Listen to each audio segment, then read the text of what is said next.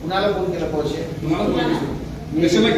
ताबडतोब आलो म्हणून फोन करू दे, तुम्ही करा, मोशे करा, पाटील करू दे, मॅडम करू दे, व्हिडिओ करू दे, आम्ही जायलाच लागेल. मैं की ख्रिश्चन आहे, मुस्लिम आहे, हिंदू आहे, दलित आहे, असं काहीच आम्ही भेदभाव नाही आहे. All are Indians. कोण करू दे, आम्ही जायला लागतं ते जाणारच. मला फोन केलं, इमिडिएट मी गेलो. आता तुमचं काय मुद्दा आलाय? एवढं दिवस मी एक मिनिट मी काय त्या दिवशी मी आल्यानंतर पोराला पण बोलून घेतलो, तिनाला पण बोलून घेतलो आणि पंचायत याच्यामध्ये हात घालून येत नाही. तुमच्या कारवाई तुम्ही करा. मॅडमला काल मला फोन केली होती, मॅडम असं झालं तर काय करायचं? मॅडम तुम्ही योग्य चौकशी करून कारवाई करा म्हणून सांगितलं असं सांगितलं. कानून काय एवढंच मी करणार.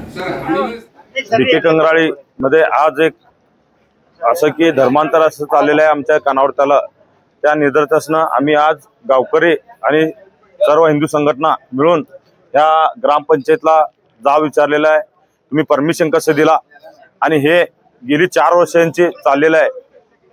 त्यांना परमिशन दिलेलं आहे आणि आता त्यांनी घरचं परमिशन की घर म्हणून परमिशन घेतले आणि आज त्यांनी येशू ख्रिस्त म्हणून त्या नावावर ते रजिस्टर झालेलं आहे पंचायतीला आणि हे जबाबदार पंचायतीचं काम राहत आहे.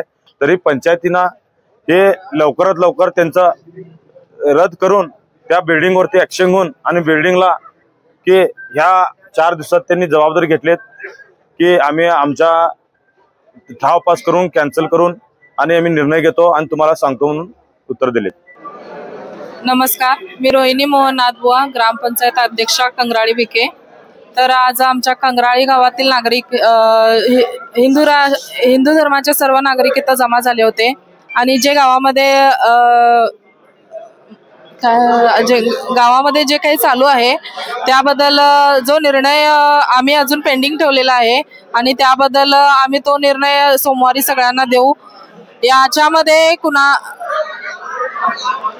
समस्त ग्रामस्थांच्या वतीनं आणि या परिसरातील सर्व हिंदू बांधवांच्या वतीनं आम्ही एक पंचायतला निवेदन देण्यासाठी आलो आहोत की येत्या काही दिवसापासून मरघाई नगर मध्ये होत असलेल्या चर्चबद्दल आम्ही परवा सुद्धा एक सविस्तर पंचायतला आम्ही सांगितलं होतं की या ठिकाणी एक बैठक व्हावी आणि त्या बैठकीमध्ये काय तर आम्हाला एक सूक्ष्म तोड असं द्यावा असं मी विनंती केली होती.